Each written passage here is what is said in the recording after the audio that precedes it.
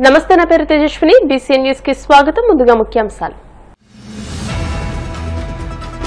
దేశ ఐక్యతకు ప్రతీక సర్దార్ వల్లభాయ్ పటేల్ భీమవరంలో యూనిటీ మార్చ్ ను ప్రారంభించిన కేంద్ర మంత్రి శ్రీనివాస్ వర్మ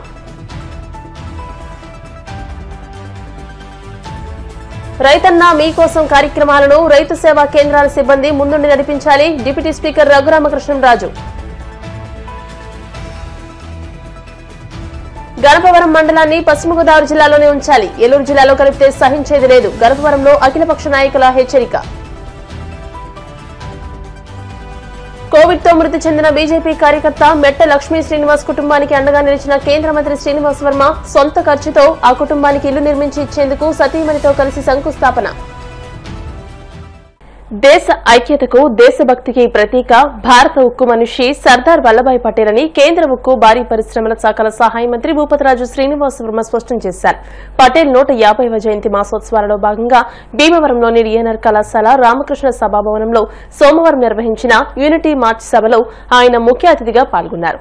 ఈ సందర్భంగా శ్రీనివాస్ వర్మ మాట్లాడుతూ రాజకీయంగా భిన్నాభిప్రాయాలు ఉన్నప్పటికీ దేశ సమైక్యత సమగ్రతల విషయంలో అందరికీ ఏకాభిప్రాయం ఉండాల్సిన ఆవశ్యకతను ఆయన నొక్కి చెప్పారు. తాము పటేల్ అంశాన్ని రాజకీయం చేయడం లేదని అయితే స్వాతంత్రానంతర కాలంలో పటేల్ వంటి దేశభక్తులకు కాంగ్రెస్ పార్టీ సరైన గుర్తింపు గౌరవం ఇవ్వలేదన్న విషయాన్ని గుర్తు చేశారు. అందువల్లే తాము పటేల్ గొప్పతనాన్ని ఆయన త్యాగాన్ని ప్రజలకు తెలియజేయడానికి ఈ కార్యక్రమాలు నిర్వహిస్తున్నామని అన్నారు. దేశభక్తులకు భారతీయ జనతా పార్టీ అత్యంత ప్రాధాన్యతనిస్తుందని త్యాగదనులను గౌరవించడం వారి జీవిత చరిత్రను ప్రజలకు తెలియజేయడమే తమ లక్ష్యమని తెలియజేశారు. ఈ లక్ష్యంలో భాగంగానే గుజరాత్లోని నర్మదా నది తీరంలో దేశవ్యాప్తంగా సేకరించిన మట్టి ఇనుములతో 597 అడుగుల ఎత్తైన స్టాచ్యూ ఆఫ్ యూనిటీ నిర్మించడం జరిగిందని ఇది ప్రపంచంలోనే అతిపెద్ద విగ్రహమని శ్రీనివాస్ వర్మ తెలియజేశారు. ఈ సందర్భంగా మన దేశ ఐక్యత సమగ్రత కోసం సర్దార్ పటేల్ ఆశయాలను ముందుకు తీసుకెళ్లేందుకు ప్రతి ఒక్కరం కట్టుబడి ఉంటామని విద్యార్థులతో కలిసి కేంద్ర మంత్రి శ్రీనివాస్ వర్మ ఐక్యత ప్రతిజ్ఞ చేయించారు. అనంతరం కేంద్ర మంత్రి శ్రీనివాస్ వర్మ కళాశాల ప్రాంగణం నుంచి ప్రారంభమైన యూనిటీ మార్చ్ ను జెండా ఊపి ప్రారంభించారు. అంబేద్కర్ విగ్రహం వరకు జరిగిన ఈ యూనిటీ మార్చ్ లో జాతీయ జెండా చేతబట్టి కేంద్ర మంత్రి శ్రీనివాస్ వర్మ విద్యార్థులతో పాటు పాల్గొన్నారు. ఈ కార్యక్రమంలో డిఎన్ఆర్ కళాశాల ఉపాధ్యక్షులు గోకరాజు పాండురంగరాజు, బీజేపీ నాయకులు ఉన్నమట్ల కఫర్ది, జిల్లా అధ్యక్షురాలు అయినంపూడి శ్రీదేవి, జిల్లా ప్రధాన కార్యదర్శి కలిదిని వినోద్ వర్మ, కళాశాల సహాయ కార్యదర్శి R Ramakrishnamraju, Kshatriya corporation director Perichala Subhash Raju, BJP senior నాయకులు అరసవల్లి సుబ్రహ్మణ్యం, ఉపాధ్యక్షులు కాగిత సురేంద్ర, బీజేపీ పట్టణ అధ్యక్షులు Ubalisetti Prasadarao, Adabala Siva, KSN Raju, Addagarla Prabhakar Gandhi, Kurella Narasimharao, Cherukuri Venkatakrishnamraju, NCC officer major Veeraiah, PD నరసింహారాజుతో పాటు పెద్ద ఎత్తున విద్యార్థులు పాల్గొన్నారు. ఎందుకంటే ఇంతమంది విద్యార్థులతో ఈ సభా భవనంలో సమావేశం చాలా రోజుల తర్వాత జరిగింది. ఈ కళాశాలతో ఈ సభాభవనంతో రామకృష్ణ సభాభవనంతో నాకు ఉన్నటువంటి అనుబంధం బహుశా ఎవరికి లేదు. దాదాపు 1995 వరకు కూడా పెద్ద ఎత్తున ఈ విధంగా విద్యార్థులతో సమావేశాలు నిర్వహించి విద్యార్థి సంఘాలతో ఈ సభాభవనంలో ఎక్కువ కాలం గడిపినటువంటి వ్యక్తిని, అదేవిధంగా ఈరోజు ఎంతమంది విద్యార్థుల్ని సమావేశంలో చూస్తుంటే ఈ సభా ప్రాంగణంలో నా మనసుకు ఆనందంగా ఉంది అనేటువంటి విషయాన్ని ముందుగా మీ అందరికీ కూడా తెలియజేస్తాను. పైగా వీరంతా విద్యార్థులు. ఈ సభా ప్రాంగణానికి ఒక వేదిక చరిత్ర ఉంది. మనకన్నా మన పూర్వ విద్యార్థులు కళాశాల స్థాపించినటువంటి సమయంలో ఉన్నటువంటి విద్యార్థులు ఎవరైతే ఉన్నారో వారంతా కూడా శ్రమదానంతో నిర్మించినటువంటి ప్రాంగణం ఈ సభాభవనం. వాళ్ళు ఇటుకలు మోసి సిమెంట్ మోసి విద్యార్థుల యొక్క శ్రమదానం ఈ సభాభవనం నిర్మాణంలో ఉంది. కాబట్టి మీ అందరికీ అభినందనలు తెలియజేస్తూ, ముఖ్యంగా ఇవాళ మనం సమావేశమైనటువంటి విషయం ఏదైతే సర్దార్ వల్లభాయ్ పటేల్ గారి యొక్క 150వ జయంతి ఉత్సవాలను పెద్ద ఎత్తుగా ఇవాళ దేశంలో జరుపుతాం. వల్లభాయ్ పటేల్ యావత్ భారత జాతి కూడా గర్వించదగినటువంటి బిడ్డ, భారతదేశం యొక్క ఏకత్వానికి ప్రతీక.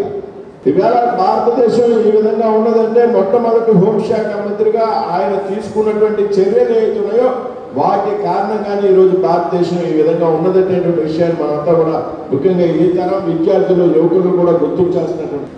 ఎందుకు ఉక్కు మనిషి సర్దార్ వల్లభాయ్ పటేల్ గారిని అన్నాం, అసలు చరిత్ర ఏం చెప్పింది. అయితే స్వాతంత్రం తర్వాత అప్పుడు ఉన్నటువంటి పాలకులు ఈ విధమైనటువంటి నిజమైనటువంటి దేశభక్తులను నిర్లక్ష్యం చేసినటువంటి సంగతి కూడా మీరంతా కూడా గ్రహించారు. ఎవరైతే వారి జీవితాలను త్యాగం చేశారు, వారి యొక్క జీవితాలను ఫలంగా పెట్టారు, అటువంటి సమరయోధులు చాలా గుర్తించడంలో గతంలో ఉన్నటువంటి పాలకులు విఫలమయ్యారనేటువంటి సంగతి ఈ సందర్భంగా మీరంతా కూడా గుర్తు తెచ్చుకోవాలి. సర్దార్ వల్లభాయ్ పటేల్ గారు వేళ భారతీయ జనతా పార్టీకి చెందినటువంటి వ్యక్తి కాదు. సర్దార్ వల్లభాయ్ పటేల్ కాంగ్రెస్ పార్టీకి చెందినటువంటి వ్యక్తి. కానీ అదే కాంగ్రెస్ పార్టీ దేశాన్ని అనేక వేల సంవత్సరాలు, అందరికీ సంవత్సరాలు పరిపాలించినప్పుడు సర్దార్ వల్లభాయ్ గారి పటేల్ గారి పేరు ఎప్పుడు ఎక్కడ ప్రస్తావించినటువంటి సందర్భం లేదనే విషయాన్ని మీరంతా కూడా గ్రహించారు. కానీ ఇవాళ ఒక కాంగ్రెస్ పార్టీకి చెందినటువంటి వ్యక్తి, ఏ పార్టీకి చెందినటువంటి వ్యక్తి అయినా ఒక దేశభక్తుడు, ఇవాళ ఈ సమైక్య భారతదేశానికి ప్రతీక చిహ్నమైనటువంటి వల్లభాయ్ పటేల్ గారికి పెద్ద ఎత్తున ప్రాధాన్యతనిచ్చింది 2014లో నరేంద్ర మోడీ గారి నాయకత్వంలో కేంద్రంలో ఎన్డీఏ ప్రభుత్వం అధికారంలోకి.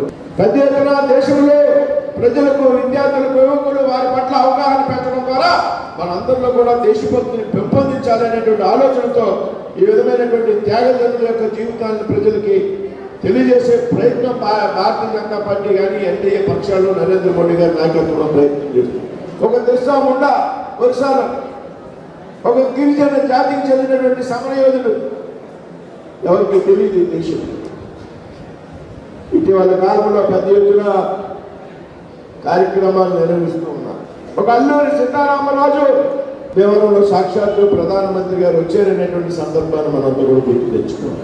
ఈ విధంగా నిర్లక్ష్యానికి గురైనటువంటి దేశభక్తులు ఎవరైతే ఉన్నారో వారి త్యాగాలకి సంబంధించి పెద్ద ఎత్తున ప్రజల్లోకి వాస్తవాలు తెలియనటువంటి సమరయోధులు ఎవరైతే ఉన్నారో వారందరి యొక్క జీవిత చరిత్రను ప్రజలకు తెలియజెప్పడం ద్వారా ఈ తరం ఉన్నటువంటి ప్రజలకు కానీ, విద్యార్థులకి, యువకులకు ఒక అవగాహన పెంచాలి, దేశం పట్ల భక్తిని ప్రేరణ కలిగించాలనేటువంటి ఆలోచనలో ఈ విధమైనటువంటి కార్యక్రమాలు నిర్వహిస్తుంది.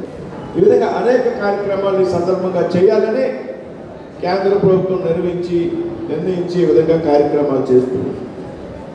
ఏమిటి వల్లభాయ్ పటేల్ గారి యొక్క గొప్పతనం అంటే, మీరంతా కూడా పార్టికల్ స్కాలర్లు చదువుంటారు, మేమైతే చదివాం మా తరంలో. ఉక్కు మనిషి, భారత తొలి హోంశాఖ మంత్రి, తొలి ఉప ప్రధాని. ఈ దేశానికి స్వాతంత్రం వచ్చినప్పుడు స్వాతంత్రానంతర పరిస్థితులు చాలా దారుణంగా ఉండేటువంటి విషయం మనంతా కూడా గ్రహించాం. ఒకవైపు పాకిస్తాన్ విభజన, మరోవైపు ఈ దేశంలో 562 స్వతంత్ర రాజ్యాలు, రాజులు ఉన్నారు, పాలకులు. 562 స్వతంత్ర రాజ్యాల్ని భారతదేశంలో విలీనం చేసినటువంటి వ్యక్తి సర్దార్ వల్లభాయ్ పటేల్ అనేటువంటి విషయాన్ని సందర్భంలో దీనికి పెద్ద ఎత్తున ప్రాచుర్యం కలిగించాలనేటువంటి ఉద్దేశంతో నరేంద్ర మోడీ గారు భారత ప్రధానమంత్రిగా బాధ్యతలు స్వీకరించాక పెద్ద ఎత్తున దేశంలో ఒక కార్యక్రమాన్ని, సర్దార్ వల్లభాయ్ పటేల్ యొక్క ఆలోచనలు, విధానాలు, జీవితం ప్రజలందరికీ తెలియాలి అంటే పెద్ద ఎత్తున కార్యక్రమం తీసుకుంది. సర్దార్ వల్లభాయ్ పటేల్ యాక్ట్ ట్రస్ట్ అని ఒక ట్రస్ట్ నిర్మించి ఆ ట్రస్ట్ని ఏర్పాటు చేసి పెద్ద ఎత్తున దేశంలో ఉన్నటువంటి అన్ని గ్రామాల నుంచి, మీ ఊరి నుంచి కూడా వెళ్ళాయి, మట్టిని సేకరించి, అన్ని గ్రామాల నుంచి ఇనుముని సేకరించి, పాత ఇనుము ఏదైతే ఉందో అంటే దేశంలో అన్ని జాతులు, అన్ని ప్రాంతాలకి ఒక ఏకత్వం ద్వారా సర్దార్ వల్లభాయ్ పటేల్ గారి యొక్క విగ్రహాన్ని గుజరాత్లో నర్మదా నది తీరంలో నిర్మించాలనేటువంటి ఆలోచన. అది విగ్రహం కాదు, ఈ దేశంలో ఒక ఐక్యతకు చేరడం. కాబట్టి మనందరం కూడా అవకాశం ఉన్నప్పుడు, సమయం వచ్చినప్పుడు ఆ విగ్రహాన్ని సందర్శించాల్సిన అవసరం. మనందరం కూడా సర్దార్ వల్లభాయ్ పటేల్ 150వ జయంతి సందర్భంగా ఈవేళ విద్యార్థులతో కలిపి ఈ సభలో అందరం కూడా కలుసుకోవడం జరిగింది. ఈవేళ ఇక్కడ విద్యార్థులందరికీ తెలుసు, ఉక్కు మనిషి సర్దార్ వల్లభాయ్ పటేల్ గారి గురించి మీరు పుస్తకాల్లో, పాఠాల్లో చదివి ఉంటారు. ఆయన గురించి చరిత్రలో చాలా ఉన్నతమైన వ్యక్తి ఎవరైనా ఉన్నారంటే అది సర్దార్ వల్లభాయ్ పటేల్ గారు. మీరందరూ అలాంటి మహనీయుల చరిత్ర తెలుసుకోవాల్సిన బాధ్యత ఉంది. ఈవేళ ఆజాదీ కా అమృత్ మహోత్సవంలో భాగంగా ప్రధానమంత్రి ప్రీతం నరేంద్ర మోడీ గారు ఎవరైతే స్వాతంత్ర సమరయోధుల్లో పోరాడి ఒక చరిత్ర ఉన్న మహానుభావులందరినీ కూడా ఆయన వెలుగు తీసుకొచ్చి ఈవేళ అందరికీ కూడా భావి తరాలకి తెలిసే విధంగా అనేక కార్యక్రమాలు ఇవ్వడంలో భాగంగా ఈవేళ వారి 150వ జయంతి మనం అందరం కూడా ఈ జిల్లాలో దేశవ్యాప్తంగా కూడా ఈ కార్యక్రమాలు పెద్ద ఎత్తున చేయడం జరుగుతుంది. బ్రిటిష్ వాళ్ళు పాలించినప్పుడు వాళ్ళ పాలసీ ఏంటంటే డివైడ్ అండ్ రూల్.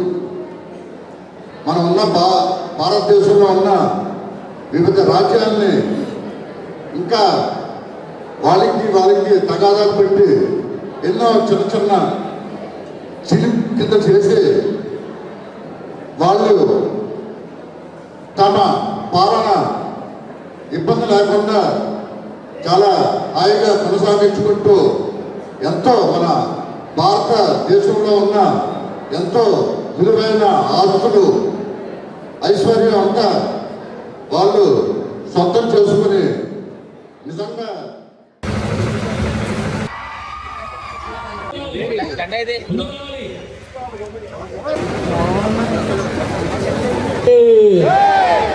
గట్టిగా దేశభక్తి పెంపొందించే విధంగా జనాలకి భారత్ మాతా కీ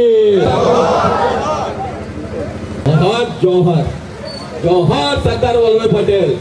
కేంద్ర మంత్రి వాళ్ళు ర్యాలీ స్టార్ట్ చేశారు.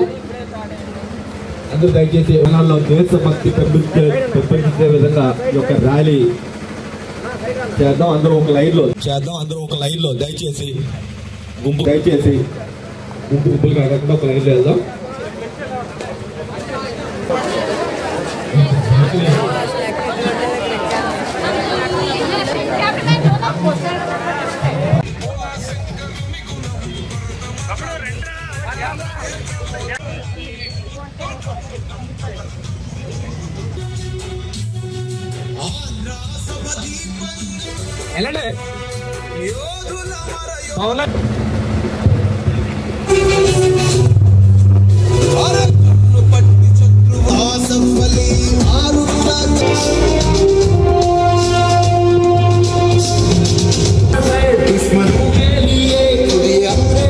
కాలేజీ యాజమాన్యం అలాగే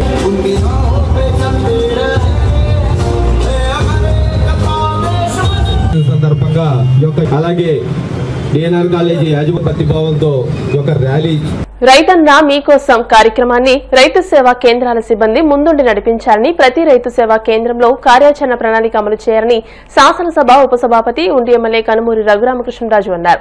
ఉండి మండలం చిరుకూరు గ్రామంలో రైతన్న మీకోసం కార్యక్రమాన్ని శాసనసభ ఉపసభాపతి శాసనసభ్యులు కనుమూరి రఘురామకృష్ణరాజు, జిల్లా కలెక్టర్ చంద్రవాడ నాగరాణి సంయుక్తంగా ప్రారంభించి రైతులతో ముఖాముఖి కార్యక్రమంలో పాల్గొన్నారు. ఈ సందర్భంగా శాసనసభ ఉపసభాపతి కనుమూరి రఘురామకృష్ణరాజు మాట్లాడుతూ ప్రభుత్వం రైతులకు అవగాహన కల్పించే దిశగా రైతన్న మీకోసం కార్యక్రమాన్ని రాష్ట్ర వ్యాప్తంగా నవంబర్ 24 నుండి నవంబర్ 29వ తేదీ వరకు చేపట్టడం జరిగిందని అన్నారు.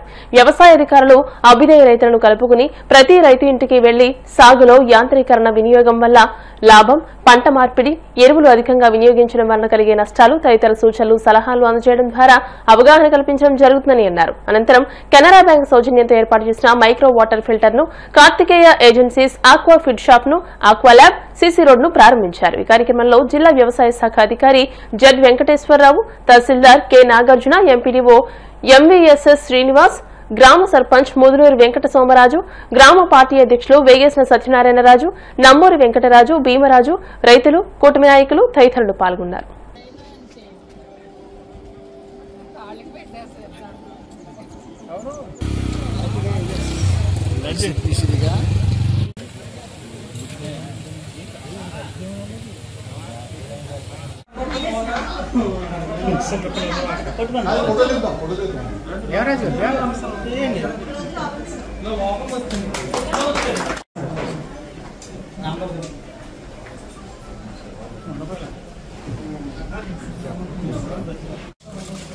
కలిసిపుల్లలో ఉంటారు.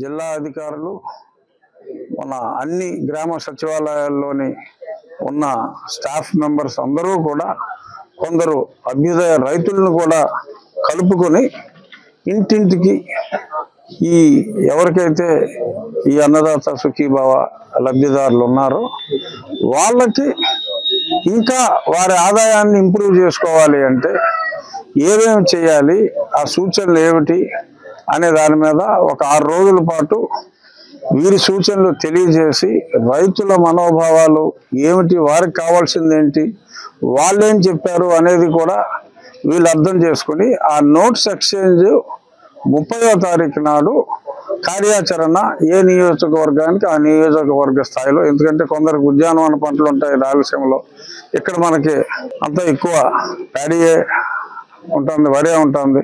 దానికి కావాల్సింది ఏంటి, రైతుకు కావాల్సింది ఏంటి, రైతు ఏం అడుగుతున్నాడు, అలాగే ఇప్పుడు హార్వెస్టింగ్ ఇప్పుడు వచ్చి మిషన్లు మనకి సరిపోతున్నాయా, ఇంకా హార్వెస్టర్లు కావాలంటే మనం జిల్లా పరపతి సంఘాలను కానీ లేదంటే మార్కెట్ యార్డ్ వాళ్ళని కానీ ఇంప్రూవ్ చేసి బ్యాంకర్లకి వీళ్ళకి ఏదన్నా కోఆర్డినేషన్ లాగా పెట్టి ఇంకా అంటే ఆ రెంటల్స్ ఏదన్నా తగ్గించుకోగలిగితే రైతుకు ఆదాయం కాబట్టి దానికి ఏదైనా చేయగలమా అనే వాటిలన్నిటి మీద కూడా మనం 30వ తారీఖు నాడు ఈ అన్ని అభిప్రాయాలన్నీ క్రోడీకరించి 30వ తారీఖు మళ్ళీ ఇంకొకసారి మనం ఈ రైతన్న మీకోసం అని చెప్పి రైతుల కోసం పెట్టిన ఈ కాన్సెప్ట్ని విజయవంతం చేసే దిశలో భాగంగా ఈరోజు మన నియోజకవర్గంలో కలెక్టర్ గారిని మేము ప్రారంభిస్తున్నాం, మీరు రావాలి అని చెప్పి అడిగిన వెంటనే ఒప్పుకొని ముందు ఇక్కడే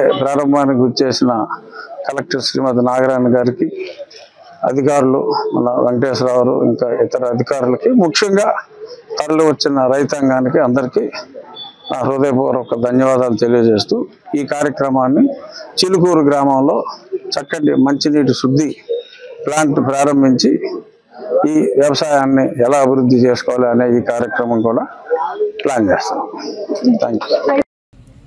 రాష్ట్ర ప్రభుత్వం రైతుల గురించి, రైతుల సంక్షేమం గురించి అపారమైన దృష్టి పెడుతూ ఉన్నారు. దానికి నిదర్శనం మొన్న గత వారం విడుదల చేసిన అన్నదాత సుఖీభవలో మన జిల్లాలో 1,03,000 మంది రైతులకి 68 కోట్ల 83 లక్షల రూపాయలు వారి ఖాతాల్లో పడడం జరిగింది. అది ఈ 2వ విడత అన్నదాత సుఖీభవ అండ్ పిఎం కిసాన్ సురక్ష యోజన నుంచి పడడం జరిగింది. ఇక్కడ ఉన్న రైతులందరికీ కూడా ఈ అమౌంట్స్ అందిని అని అనుకుంటున్నాము. అర్హులైన రైతులందరికీ కూడా ఈ 5,000 రూపాయలు మీకు అందరికీ కూడా అంది ఉండాలి. అందిని అయితే మొన్న అన్నదాత సుఖీభవతో పాటు ఇప్పుడు ప్రభుత్వం రైతుల సంక్షేమం కోసం ఒక యాప్ను కూడా ఇవ్వడం జరిగింది. ఆ యాప్ని ప్రతి రైతు వారి యొక్క మొబైల్స్లో ఇన్స్టాల్ చేసుకోవాలి. అది చాలా ఉపయోగకరంగా ఉంటుంది రైతులందరికీ కూడా. అందులో మీరు మీ పొలంలో వేసిన పంట ఏ విధంగా ఉంది, అంటే ఏ వెరైటీ పంట మీరు వేశారు, దానికి ఏమైనా చీడపీడలు ఏమైనా వస్తున్నాయా, తర్వాత వాతావరణ పరిస్థితులు ఏ విధంగా ఉంటాయి, రాబోయే రోజుల్లో ఏమైనా తుఫాను వస్తాయా, రైతులు ఏమైనా జాగ్రత్తలు తీసుకోవాలా, ఇలాంటి సమాచారం అంతా కూడా అందులో ఉంటుంది. దానితో పాటుగా పండించిన పంటకి 2-3 వెరైటీలు ఉంటే అసలు అంటే మీ యొక్క వరి మీరు ఒక వెరైటీ వేస్తారు, కానీ దానికి దగ్గరలో ఉన్న అదర్ వెరైటీస్ రేట్లు మార్కెట్లో ఈరోజు ఏ విధంగా ఉన్నాయి అనే సమాచారం అంతా కూడా మీకు జస్ట్ ఒక క్లిక్ తోటి మీ మొబైల్ ఫోన్లో అవైలబుల్ ఉంది. కాబట్టి రైతు సోదరులందరికీ కూడా రిక్వెస్ట్ చేసేది ఏంటంటే ఈ యాప్ని మీరందరూ కూడా, మన అధికారులందరూ గ్రామాన్న ఈ రోజు నుంచి మొదలుపెట్టి శనివారం వరకు తిరగడం జరుగుతుంది, 29వ తారీఖు వరకు. అప్పుడు ఈ యాప్ని మీకు ఇస్తారు. అందరూ కూడా ఈ యాప్ని రెగ్యులర్గా వాడుకోండి.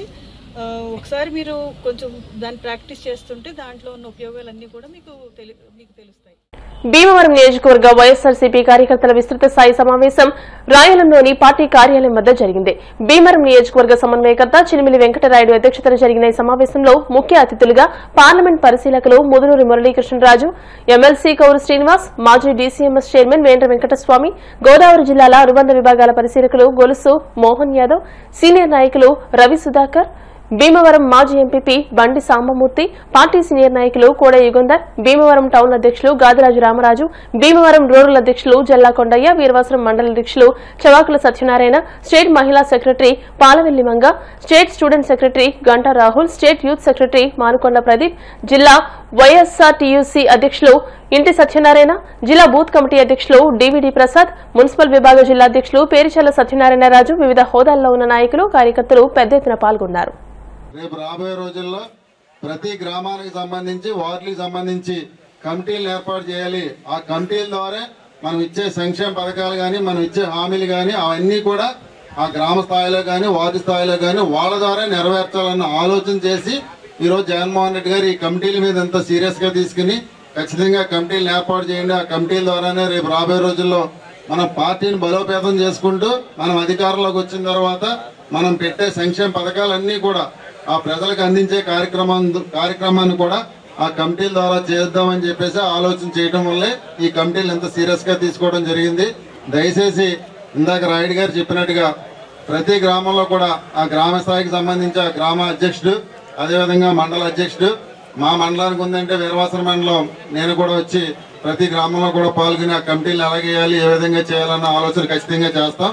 అదేవిధంగా భీమవరం మండలం మరి ఇది ఏదైతే మన రాయుడు గారు చెప్పినట్టుగా మనం డిసెంబర్ 30 లోపల ఈ కమిటీలను అన్నింటినీ కూడా పూర్తి చేసుకుని మరి 2026లో మరి జగన్మోహన్ రెడ్డి గారి చేతుల మీదుగా మీ అందరికి కూడా, ఎందుకంటే మీ అందరికి కూడా మనం ఒక ట్యాగ్ ఇవ్వటం, మిమ్మల్ని అందరినీ గుర్తించడం, మీ అందరినీ కూడా ఒకే చోట చేర్చి ఇదే విధంగా మీటింగ్ సమావేశం ఏర్పాటు చేసుకుని 8,000 మందితో కూడా మనం మీటింగ్ ఏర్పాటు చేసుకుని ఆ రోజు అందరి చేత కూడా ప్రమాణ స్వీకారం చేయటం ఇవి కూడా జరుగుతాయని చెప్పేసి కూడా మీ అందరికి కూడా తెలియజేస్తూ దాదాపు 6 నెలల పైన కావస్తుంది ఇన్ఛార్జిగా బాధ్యతలు అప్పచెప్పడం. నేను ఈ బాధ్యత తీసుకున్నప్పటి నుంచి కూడా మీరందరూ కూడా బ్రహ్మాండం ఎంతో సహకారం అందిస్తూ వచ్చారు.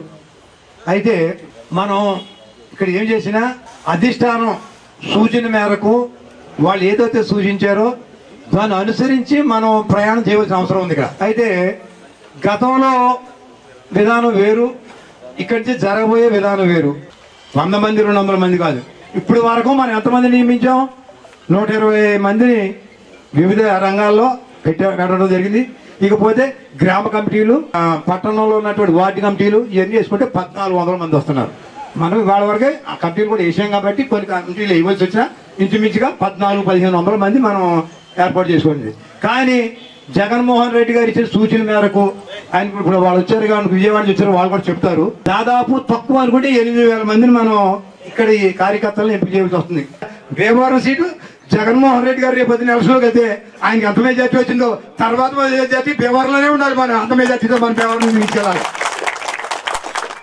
ఏదో ఒక గోలు అంటే మన ముందు అసలు మన గమ్యం ఏంటి, మన ప్రయాణం ఎక్కడికి వెళ్తున్నాం, ఏం చేయాలనుకుంటున్నాం అనేది ముఖ్యం. కూడా ఏంటంటే ఖచ్చితంగా ఆ రకంగా మనము వెళ్ళాల్సిన కోసం మనం ప్రయాణం చేస్తున్నాం. ఒక్కొక్కరిని నేను చెప్పి కోరేది ఏంటంటే పదవి తీసుకున్నాం, పదవికే న్యాయం చేయటం అంటే మనం గుర్తింపు, మన ఎలాగోలా బతుకుతాం, బతికేది అనేది కాదు కదా. ఇవాళ ఓ పదవి తీసుకుని 10 మందిని ఇవాళ ఆయన ఒక అవకాశం కల్పిస్తున్నాడు, 10 మందిని కేకేసే అవకాశం.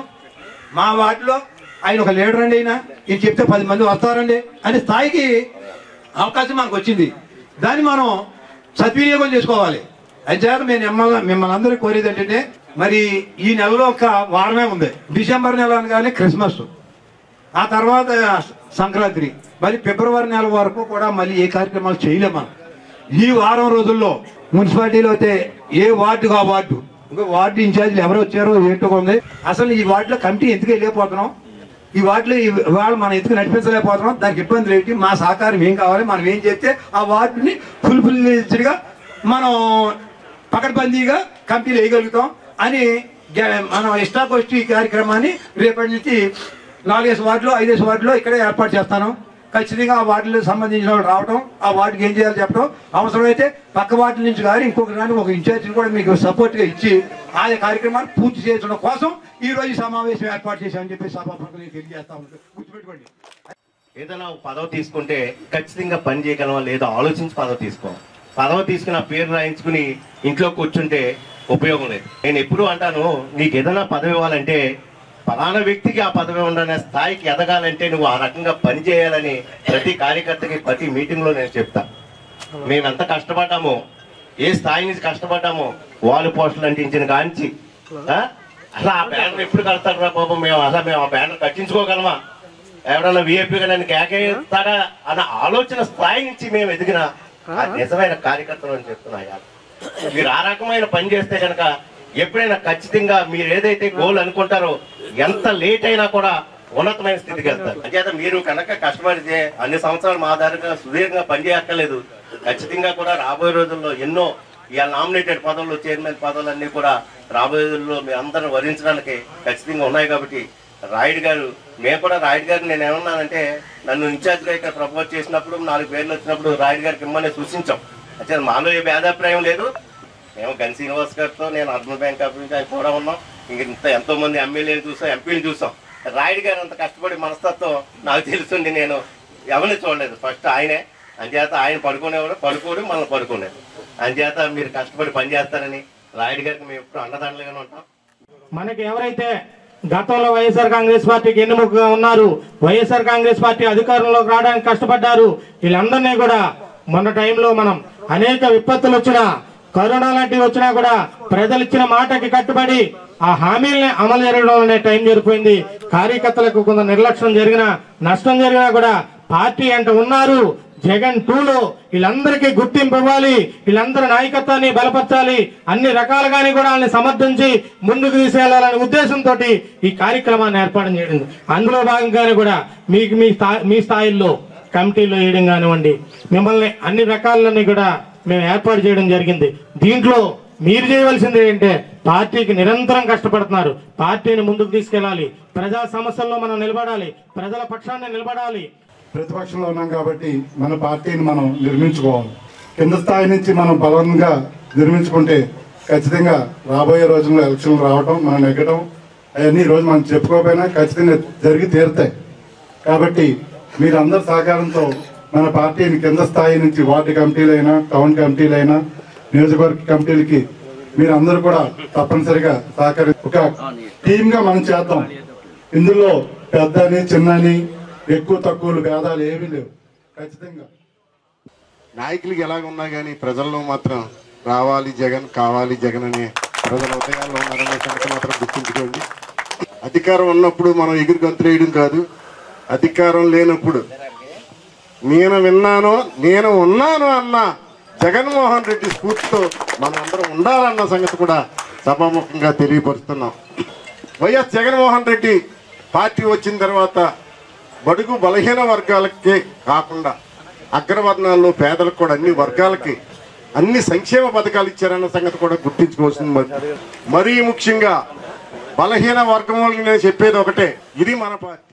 మరి కష్టం వచ్చినప్పుడు ఇన్ఛార్జ్ గారికి మేమున్నామని అండగా నిలబడేటట్లు, సైనికుల్లా పనిచేసేటట్లు, పదవిని తీసుకొని ఇంట్లో పడుకోకుండా సమయం వచ్చినప్పుడు నోరు విప్పి మాట్లాడేటట్లు, మరి సమయం వచ్చినప్పుడు కష్టపడి పని చేసేటట్లు సైనికుల్లో పనిచేసి ఈ యొక్క నియోజకవర్గంలో మంచి నాయకుడు వచ్చాడు, చాలా పవర్ఫుల్ గా పనిచేస్తున్నారు అని ఆయన మనం బలపరచాలంటే కష్టపడి పనిచేయాలా.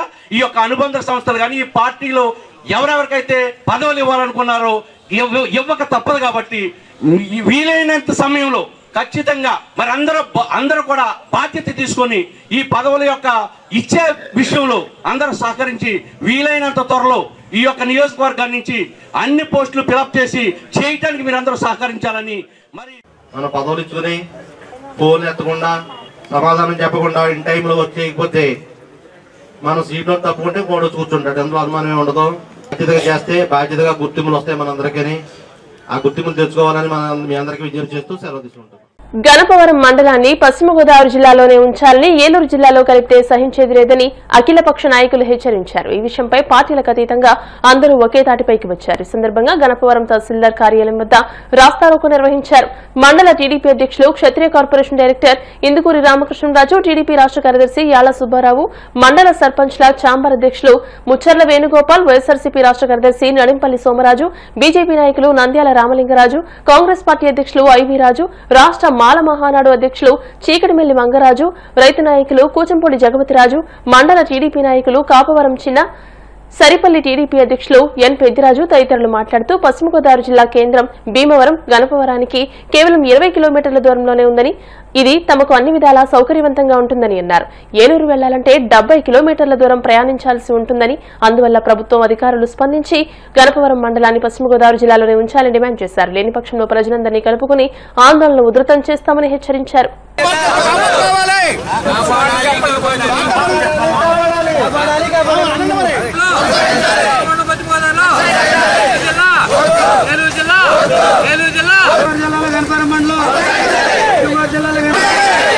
జిల్లాలో గణపవరం మండలాన్ని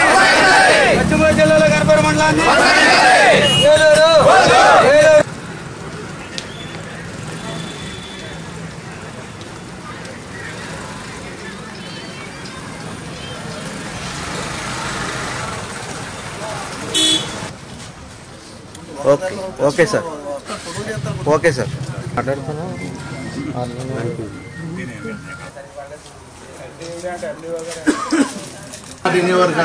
అప్పుడు మార్చారు. గణపవరం మండలం ఇంతకుముందు ఏలూరు జిల్లాలో ఉండగా ఆయన అందరూ కలిసి పశ్చిమ గోదావరి జిల్లాలోకి మార్చాలని అఖిల పక్షం ప్రజలు అందరూ సంతకాలు ప్రభుత్వానికి గత ప్రభుత్వానికి ఆ ప్రభుత్వం వారు అన్నీ చేసి భౌగోళికంగా అన్ని రకాలుగా ఇది పశ్చిమ గోదావరిలో ఉంటుంటేనే కరెక్ట్ అని చెప్పి దాన్ని సరిచేసి మమ్మల్ని పశ్చిమ గోదావరి జిల్లాలో గత ప్రభుత్వం కలిపిందండి. ఇప్పుడు కూడా మేము ప్రజలు మండల ప్రజానీకం అంతా కూడా ఇదే పశ్చిమ గోదావరి జిల్లాలో కొనసాగాలని కోరుకుంటున్నారు. జిల్లా హెడ్ క్వార్టర్ అన్నీ కూడా మాకు 15 కిలోమీటర్ల నుంచి 20 కిలోమీటర్ల దగ్గరలో ఉంది భీమవరం. ఏలూరు అయితే 70 కిలోమీటర్ల దూరం వెళ్ళాల్సి వస్తుంది. ఏదో కొంతమంది స్వలాభం రాజకీయ లాభాల కోసం దీన్ని మళ్ళీ ఏలూరు జిల్లాలోకి తీసుకెళ్లాలని ప్రయత్నం చేస్తున్నారు. ఇక్కడ అభివృద్ధి కోసం అని చెప్పి సంతకాలు తీసుకుని దాన్ని ఏమో దీనికి అలా కావాలని చెప్పి ఆ సంతకాలు అలా వాడుతున్నారని తెలిసింది. ఐవీఆర్ఎస్ సర్వే చేసి ప్రభుత్వం మాకు ఈ జిల్లాని ఈ మండలాన్ని ఈ పశ్చిమ గోదావరి జిల్లాలోనే కొనసాగించాలని యావత్ మండలం అంతా ప్రజానీకం అంతా కోరుకుంటున్నారు. 25 గ్రామాల సర్పంచులు కోరుకునేది పశ్చిమ గోదావరి జిల్లాని భీమవరంలో ఉంచాలని కోరుకుంటున్నాం. ఉన్నట్టుగానే చేయాలని మా గ్రామస్తులు గ్రామ ప్రజలు మా 25 సర్పంచులు కోరుకునే ఆలోచన.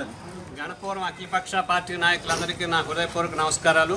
ఈ రోజున మనం అంతా మన గణపవరం మండలాన్ని ఏలూరులో కలపొద్దు, పశ్చిమ గోదావరి జిల్లాలోనే కొనసాగించాలని కోరుకుంటూ మనం ఎంఆర్ఓ గారికి ఎండిఓ గారికి వింతపత్రం ఇవ్వడం జరిగింది.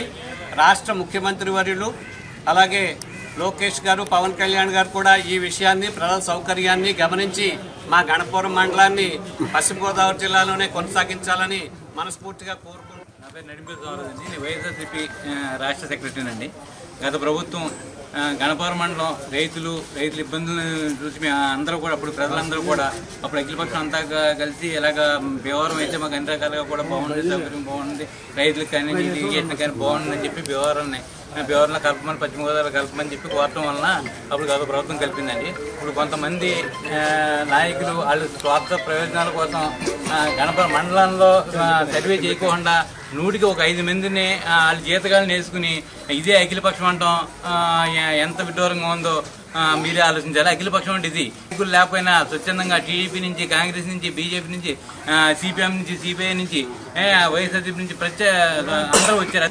ఇప్పుడు ఎవరైతే దీనికి వ్యతిరేకంగా పోటీ చేయారో తగిన మూల్యం చెల్లించుకోవాలి తప్పదు. అవసరమైతే మేము రోడ్డుకి నిరాహార దీక్ష చేయడానికి కూడా మేము వెనుకాడం అనమాట. ఇప్పుడు తెలుస్తుంది 195 మంది గణపవరం ప్రజలు వాళ్ళ నాయకులు కానీ అభిప్రాయం ఏంటంటే గణపవరం మండలం పశ్చిమ గోదావరి ఉంటే అన్ని రకాలుగా బాగుంటుందని చెప్పి మా అందరి అభిప్రాయం. ఇదంతా నాయకులు తెలుసుకుని ఇక్కడే ఉంచాలని చెప్పి ఈరోజు చాలా సంతోషం. ఎందుకంటే ఈ గణపవరం మండలం ఉన్న రాజకీయ నాయకులందరూ కూడా 99% ఇక్కడికి మన గణపవరం మండల ఆఫీసు కానీ మన ఎంపీడీ ఆఫీసు కానీ వచ్చి నిరసన కార్యక్రమం చేసి ఈ రోజున ఈ మండలాన్ని పశ్చిమ గోదావరి జిల్లాలో ఉంచాలని చెప్పి డిమాండ్ చేస్తున్నారు. చాలా సంతోషం. ఎందుచేతంటే ఇప్పుడు ఎంతమంది వచ్చి చెప్తున్నారంటే ప్రభుత్వం అర్థం చేసుకోవాలి. ఒక గణపవరం మండలాన్ని పశ్చిమ గోదావరి జిల్లాలో భీమవరంలో కలపాలని చెప్పేసి డిమాండ్ చేస్తూ ప్రజా ఉద్యమానికి మీరందరూ కూడా సన్నద్ధం కావాలని కోరుతా ఉన్నాను.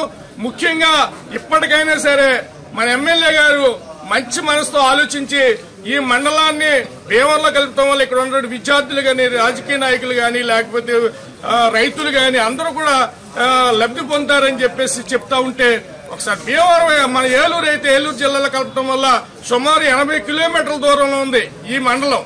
తర్వాత ఒక పోలీస్ స్టేషన్కి వెళ్ళినప్పుడు ఒక సబ్ ఇన్స్పెక్టర్ గారు మనల్ని పట్టించుకోకపోతే మన డిఎస్పీ దగ్గర చెప్పాలంటే ఏలూరు పట్టణం వెళ్ళాలి, సుమారు 80 కిలోమీటర్ల దూరం ఉన్నాను. ఒక ఎస్పీ గారిని కలవాలన్నా సరే 80 కిలోమీటర్ల దూరం ఉన్నాను. అది ఇంతవరకు కలపలేదు. ఇంత డిపార్ట్మెంట్లు అన్ని కూడా మన పశ్చిమ గోదావరి జిల్లాలో ఉన్నాయి, కానీ దీన్ని కూడా తీసుకెళ్లి అక్కడ కలిపేయాలని చెప్పేసి కుట్ర జరుగుతుంది. కాబట్టి ఇక్కడ ఉన్నటువంటి ప్రజాప్రతినిధులు అందరూ కూడా మరొకసారి అందరూ కలిసి ఐక్యంగా ఉండండి.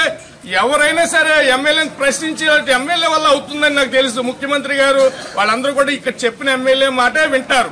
అందుకే ఇక్కడ ఉన్న తెలుగుదేశం నాయకులు, బీజేపీ నాయకులు, కూటమి ప్రభుత్వంలో సపోర్ట్ చేసే వాళ్ళంతా దీంట్లో కొంతమంది నాకు తెలిసి జనసేన నాయకులు కూడా ఉండే ఉంటారు.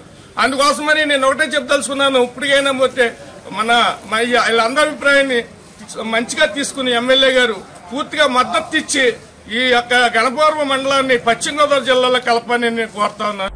పార్టీ కోసం కష్టపడి పనిచేసిన వారికి తగిన గుర్తింపు ఉంటుందని, వారికి అన్ని విధాలా అండగా ఉంటామని కేంద్ర మంత్రి భూపతిరాజు శ్రీనివాస్ వర్మ అన్నారు. పాలకోడేరు మండలం గొల్లలకోడేరుకు చెందిన మెట్ట లక్ష్మీ శ్రీనివాస్ 35 సంవత్సరాల నుండి భీమవరం పట్టణంలో భారతీయ జనతా పార్టీలో ఎంతో క్రియాశీలకంగా వ్యవహరించారు.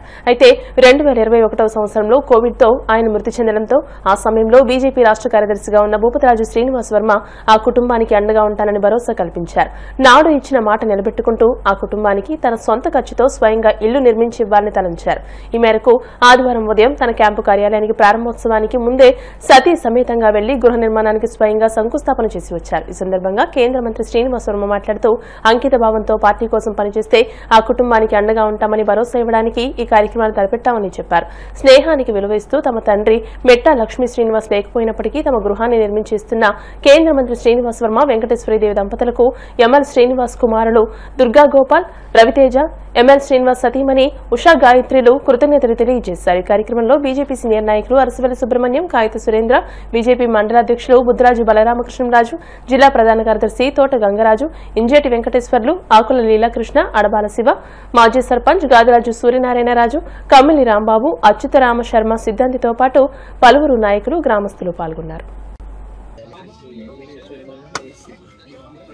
ఈయన మా నాన్నగారు మెట్టా లక్ష్మీ శ్రీనివాస్ గారు, ఈయన ఎంఎల్ శ్రీనివాస్ గారు అని, అదేవిధంగా నల్ల శ్రీని గారు అని చెప్పి ముద్దుగా పిలుచుకుంటూ ఉంటారండి. ఈయనను మన శ్రీనివాస్ వర్మ గారు ఇద్దరు కూడా ప్రాణ స్నేహితులు. అదేవిధంగా ఒకే పార్టీలో కలిసి పనిచేశారు. ఇద్దరు కూడా పార్టీని ముందుకి భీమవరంలో తీసుకెళ్ళడానికి ఎంతో సాయశక్తులు ఇద్దరు కృషి చేశారండి. మా నాన్నగారు కోవిడ్లో కాలం చేశారండి 2021వ సంవత్సరంలో. మాకు కనీసం సొంత ఇల్లు కూడా లేకపోతే శ్రీనివాస్ వర్మ గారు మేము ఉన్నామని చెప్పి ధైర్యం చెప్పారు. అదేవిధంగా మాకు కావాల్సినటువంటి సొంత ఇల్లు కోసం ఆయనే స్వయంగా ఆయన సొంత డబ్బులతో ఆయనే స్వయంగా భవన నిర్మాణానికి ఆయనే ముందడుగు వేశారండి. ఈరోజు ఆ శంకుస్థాపన మహోత్సవానికి కూడా వర్మ గారు విచ్చేయడం జరిగిందండి ముఖ్య అతిథిగా.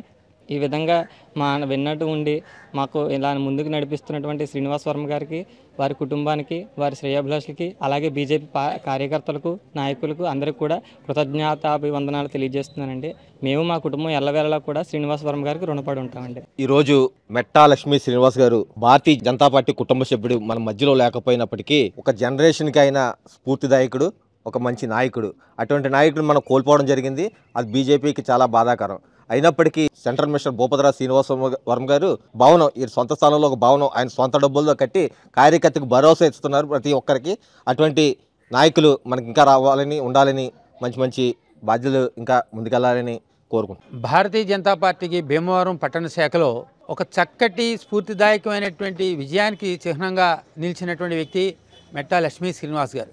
ఆ రోజు ఉన్నటువంటి వ్యక్తులుగా సంఖ్య తక్కువైనా కానీ పార్టీ కోసం నిబంధనతో ఒక కార్యదక్షతతో పనిచేసినటువంటి వ్యక్తుల్లో శ్రీనివాస్ గారు ఒక ఆయన మరి మా మధ్యన లేకపోయినా ఆయన సేవలు గుర్తు చేసుకుంటూ ఒక కేంద్ర మంత్రిగా ఈరోజు శ్రీనివాస్ వర్మ గారు ఉన్న ఆనాడు ఎవరైతే పార్టీ కోసం అహర్నిశలు కష్టపడి ముందుకు నడిపించినటువంటి వ్యక్తులు మర్చిపోకుండా, అధికారం వచ్చిందని మర్చిపోకుండా, తనొక్కడూ రాకుండా ఇవాళ దంపతులు అంటే శ్రీనివాస్ వర్మ గారు ఆయన సతీమణితో వచ్చి ఆయన ఇంటి నిర్మాణానికి నా వంతు బాధ్యతగా నేనున్నాను ముందుగా అంటూ వచ్చి అక్కడ ఆ పిల్లల్ని ఇద్దరిని ఆశీర్వదించి ఆయన ఇవ్వాల్సినటువంటిది ఏదైతే ఉందో అది కూడా మరి సమకూర్చి ఇంటి నిర్మాణాన్ని పూర్తి ఆయన భుజస్కంధాల మీద వేసుకున్నటువంటి వ్యక్తి శ్రీనివాస్ వర్మ. ఆయన ఇవాళ మంత్రిగా కంటే కార్యకర్తలకి అందుబాటులో ఉండేటువంటి వ్యక్తిగానే మేము గుర్తిస్తాం. మరి మా లక్ష్మీ శ్రీనివాస్ యొక్క గృహానికి సంబంధించిన శంకుస్థాపన కార్యక్రమంలో మరి భార్యాభర్తలు ఇద్దరూ వచ్చి ఈ యొక్క కార్యక్రమాన్ని విజయవంతం చేస్తూ రేపు గృహప్రవేశం సమయంలో కూడా ఇదే వైభవపేతంగా వాళ్ళిద్దరూ వచ్చి ఈ యొక్క శ్రీకారానికి చూస్తారని చెప్పేసి ఆయనకి ఎప్పుడూ కూడా మేమే మన శ్రీనివాసుకు సంబంధించిన కుటుంబ సభ్యులే కాదు, భారతీయ జనతా పార్టీకి సంబంధించినటువంటి ఈ యొక్క నరసాపురం పార్లమెంట్లో ఉన్న ప్రతి ఒక్కరూ కూడా ఆయన విధేయులే, ఆయనకి సంబంధించినటువంటి అనుచరులే ఉంటారని మనస్ఫూర్తిగా చెప్తున్నారు. శ్రీనివాస్ ఆ తర్వాతి కాలంలో పార్టీ అనేక రకాలుగా అతను సహకరించడం, ఎవరైతే పార్టీ పునాదులు ఉన్నారో ఇక్కడ వారిని అందరినీ కూడా ఈ సందర్భంగా మనం వారి కుటుంబాన్ని ఆదుకోవాల్సినటువంటి అవసరం ఉంది. వారికి ఇబ్బందుల్ని మనం పరిగణించాల్సినటువంటి అవసరం ఉంది. ఏదైతే 21వ సంవత్సరంలో కరోనాలో మృతి చెందినటువంటి కార్యకర్త భారతీయ జనతా పార్టీ అగ్రెసివ్ కార్యకర్త, ఒకనొక సమయంలో భీమవరంలో ఉన్నటువంటి 4 కార్యకర్తలకే ఈ ఊరు అధికారులు కానీ పెద్ద ఎత్తున బీజేపీ కార్యకర్తలు వస్తే ఏ రకంగా సమాధానం చెప్పాలనేటువంటి ఆలోచన ఆ రోజు 90 నుంచి ఉండేది. అందులో మిక్కుడు మెట్టా లక్ష్మీ శ్రీనివాస్. అతను కుటుంబానికి అండగా ఉండాలి అనేటువంటి ఆలోచనతో ఈ ఉదయం ఈ ఆఫీస్ కార్యాలయం ప్రారంభం సందర్భంగా మరొక కార్యకర్తలకి భరోసా ఇచ్చేటువంటి ఒక కార్యక్రమాన్ని మనం చేయాలి అనేటువంటి ఆలోచనతో అతని ఇల్లు నిర్మించి ఇవ్వాలని నేను సంకల్పించడం, దానికి ఉదయం శంకుస్థాపన చేయడం కూడా జరిగింది. అంటే ఇది ఒక ఇండికేషన్, భారతీయ జనతా పార్టీలో ఒక కార్యకర్తలు చిత్తశుద్ధితో అంకిత భావంతో పనిచేస్తే కార్యకర్తలకు కానీ వారి కుటుంబాలకు కానీ ఆపద వస్తే వారి కుటుంబాలకి వ్యక్తి మరణించినటువంటి సందర్భంలో వారి కుటుంబాలకి మనం ఏ విధమైనటువంటి సహకారం అందించగలము, వారి కుటుంబానికి మనం ఏ రకమైనటువంటి భరోసా ఇవ్వగలము అనేటువంటి విషయాన్ని సందర్భంగా పనిచేస్తున్నటువంటి మిగతా కార్యకర్తలు కూడా ఒక ఆత్మస్థైర్యం కలిగే విధంగా వేళ కార్యక్రమం నిర్వహించడం జరిగింది. ఇప్పుడు కాసేపు ప్రకటనలు.